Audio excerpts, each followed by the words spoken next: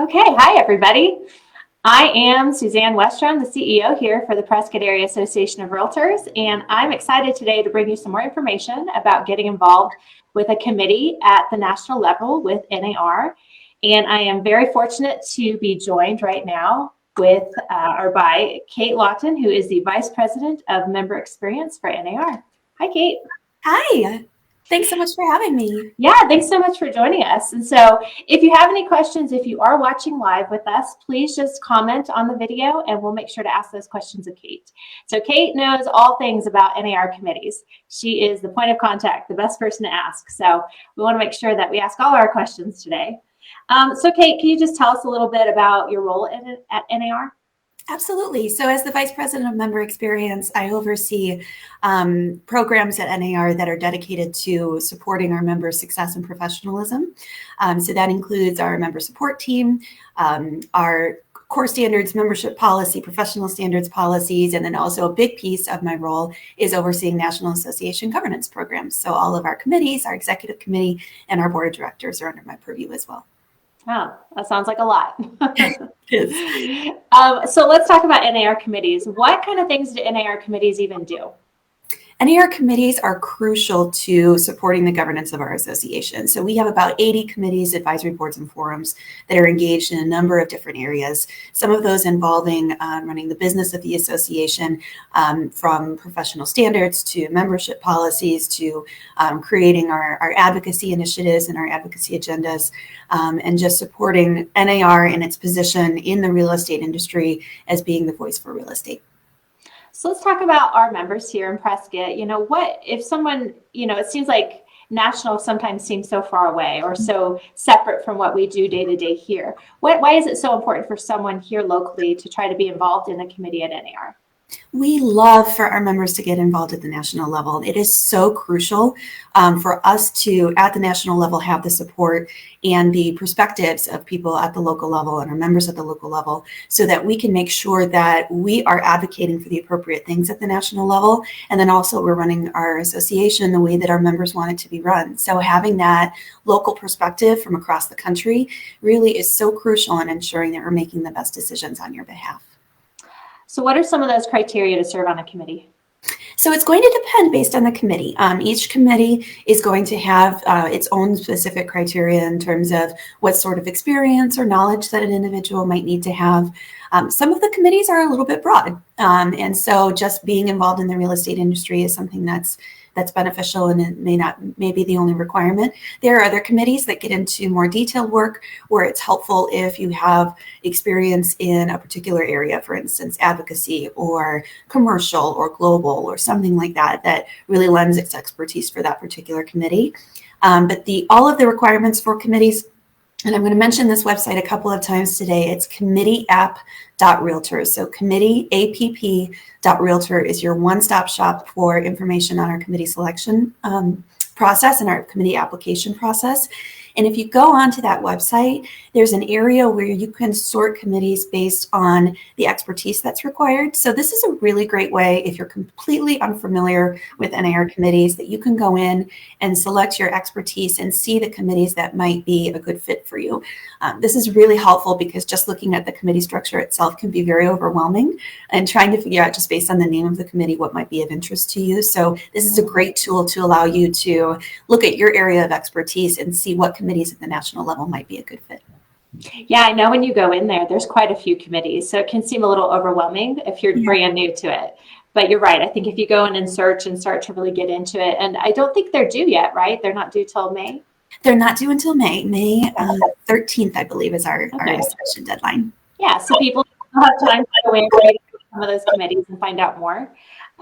Okay, so another question we hear a lot, time commitment. Is this going to be a huge time commitment? People might be worried about that. What is the time commitment for being on an NAR committee? So it really just depends on the committee. There are committees that only meet at our governance meetings in May and November. There are some that meet more frequently, off-cycle we call it. Some of those advisory boards that we have will tend to have day or day and a half long meetings. It really just depends. So depending on the committee that you'd like to be involved with, it might be just a couple of hours of a meeting at our governance meetings twice a year. There's other opportunities as well, based on the amount of time that people have, that they can dedicate themselves to other initiatives within our committee kind of structure operations. So, for instance, you might be on a committee that wants to appoint a work group on a specific issue. So that's an additional opportunity to get involved. It's not something that's required, but it's something that if you do want to make more of a time commitment, that's something you can do as well. We also have a lot of communications on our dedicated communications platform for NAR governance called the Hub. That's an area where people can get involved if you're on a particular committee and sharing your advice and your insight as well. But at a very bare minimum, most of the committees, what you're looking at is just those twice a year, May and November meetings where you'll be asked to participate. Okay. And are any of those options, are there virtual options for any of that? Absolutely. So we have adopted a hybrid governance model. So our meetings were traditionally in person only in May and November. But now we have offered a hybrid option. So if you would prefer to attend those committee meetings virtually, that's made available for every single governance group within the National Association. So this is really, really nice because I know a lot of people have a concern about that time commitment, and going to those conferences can often involve travel time and time away from your businesses and your families, and that's not something that everyone is really able to do. So having that virtual option is really important in getting all of those new voices that previously felt that they didn't have time to attend those conferences and carve out that chunk of time to participate in governance. This gives us a really great opportunity to tap into all of those individuals that felt like it wasn't something they could commit to before, because it's so much easier now, which is wonderful. Yeah, I think, as much as we all didn't enjoy going through a pandemic, it has come away with a few perks like this, being better able to do these hybrid meetings. Absolutely. Yeah. And we really want to ensure transparency at the national level in terms of our decision making. And so this is a wonderful opportunity for people that, again, previously didn't feel like they maybe had the time to commit, especially our younger members. I think that's really challenging because when you're building your business, if you're either younger in age or newer to the business, it can be really challenging to feel like you are building your business and getting things going, and that yet you still have to take 2 weeks out of the year to go and attend these conferences. So I think this is a really great opportunity for those people that are younger or newer to the business to get involved in ways that they previously might not have felt that they could. And what about for people, maybe they're not quite yet ready to apply for a committee, but now that there's kind of these more virtual options, can they just listen into committees for now and kind of get a sense of what the committees are before they apply? That's a great question. So oftentimes we have meetings throughout our conferences that will be streamed, and there'll be a comprehensive schedule of those on our website, nar.realtor. So there is an opportunity to participate virtually in our conferences if people are interested in that. It just depends on which particular meeting, whether it is streamed or not. Yeah. Okay. So next big question: how do I apply? Perfect. So committeeapp.realtor, that website again is your one-stop shop for everything relating to the committee application process. So once you get there, you're going to see again that list of committees based on expertise areas. You're going to see an area where you can go in and log in and submit your committee applications and do your endorsements and do your expertise profile. This is all behind the same single sign-on that you use for NAR.realtor. So if you've logged into NAR.realtor, you're going to use that exact same sign-on. And if you have any questions about that, you can contact our member support team at 800-674-6500, and they can get you logged into that website if you haven't been before. But it's all behind that single sign-on. So you log in using those same credentials that you'd use for NAR.realtor, and then you can go in and complete your committee applications, do your expertise profile, do all of your endorsements. And again, committeeapp.realtor is a one-stop shop for all of the information, the additional questions that you might have after today. And I know I've done that before. I've done the committee application and the expertise profile, and I would just tell everybody you need to make sure you set aside a little bit of time to do that, because it does take a little bit of time to fill out your expertise profile. But I always think the great thing is it's ready for next year. If you do it this year, you don't have to redo it next time. You just have to update it. So it's a lot easier. So it's a good thing to fill out either way. Absolutely. Yeah, that expertise profile is so important to our leadership and appointing positions. It's kind of like a resume, basically. And so it's giving them an opportunity to see what sort of things you're interested in, what sort of things you're passionate about, where you'd like to be involved, and what your history is. So those are really important tools for our leadership team to make decisions about who's going to be appointed to committees. So it does take a little bit of time to go in there and really fill it out comprehensively, but it pays off very handsomely in terms of you being considered for appointments at the national level. I mean, I'm sure when you get that many applications from all over the nation, it helps to have that expertise profile so you can get to know these people a little bit better, right? It does. It does. We receive several thousand applications, and our leadership team knows a lot of people, but it can be challenging, and it's really tough too, because we want to get new people involved. We want to get people that maybe haven't ever served on a committee before. So taking the time to fill out that expertise profile is so helpful, and helping them and the committee selection team understand just who you are, what you're excited about, and how we can get you involved. And I saw that there's an option now to do a video. So that kind of helps you stand out as well. Absolutely. Absolutely. We love when people do videos. That's a fantastic way to get to know our members and see more about them as well, and other than just text on the page. Yeah, exactly. It kind of brings it to life. Are there any special tips for filling out that expertise profile? Anything specific we would need to know besides what you just mentioned? So including a photo is always really helpful. Sometimes people will have similar names, and so it's helpful if we can distinguish between members by seeing who you are. That's really helpful for our committee selection team as well. And again, just being as comprehensive as possible in terms of what your experience has been and the sort of things that you're excited about. So in a lot of our groups, maybe members haven't served necessarily at the national level, but they've participated extensively at the local or state level. That sort of experience is crucial in ensuring that we get you placed with the appropriate groups at the national level, and that we know that you have the experience there. So for instance, our professional standards committee it's a fairly large committee. It's at the national level, but we really, when we look at applicants, look for people who not necessarily have served nationally, but might have participated in their local or state association professional standards enforcement process. That is absolutely wonderful experience. We'd love to hear about that, so that we know that you are ready for service at the national level. You're really familiar with the process. That's very helpful. Yeah, you guys have a lot of great resources. We've just posted some on this video with the timeline, for example, and what that process is in case anyone needs to refer back to it. You guys are very good about putting out that information. Thank you. I know you mentioned you get thousands of applications, of course. It's the largest trade association in the country. But so it may be that somebody doesn't get their first choice or may not get on a committee the very first time they apply. What's your advice to them? Should they keep reapplying? Absolutely. So first and foremost, we try to make a commitment to place as many applicants as we possibly can on some sort of a committee. Some committees are on term limits. So we might have 2 or 3 year terms or 1 year terms. Excuse me. And there might not always be enough spaces for the number of people who happen to apply to that committee. So that can often happen with committees that are kind of in higher demand, where there might be more applicants than we have space. So in that instance, we always try to look at an individual's first choice and see if that can be accommodated. But if it can't, that's when we look at, you can apply to up to 5 committees. We're going to look at your second, third, fourth, and fifth choice to see if that's something we might be able to accommodate as well.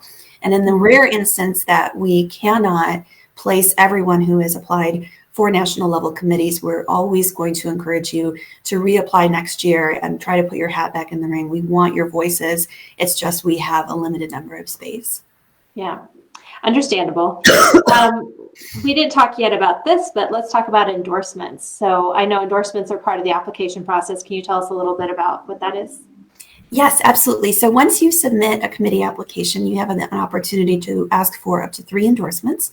And these can be sent to individuals who know you and are familiar with your work, with your experience, with your expertise, and might be able to speak on your behalf. It's kind of like a reference when you're applying for a job. So this is really important because when you're applying to NAR committees, these endorsers can really kind of bump up your application in the eyes of the committee selection team. If they think you're a really great fit, or if they know about your experience, that's a wonderful thing to have those endorsements.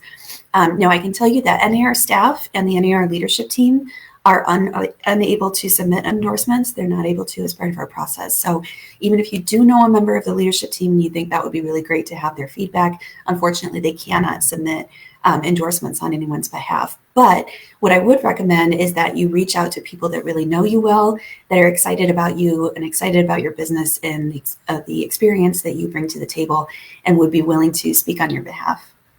Yeah.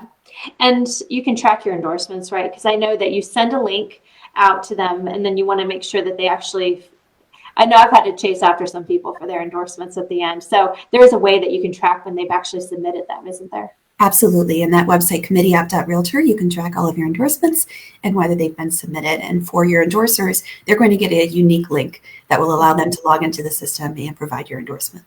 Mm-hmm. Okay, let's talk about, we've met the criteria, we've applied for the committee. What happens next on the NAR side? How does the actual committee appointments work?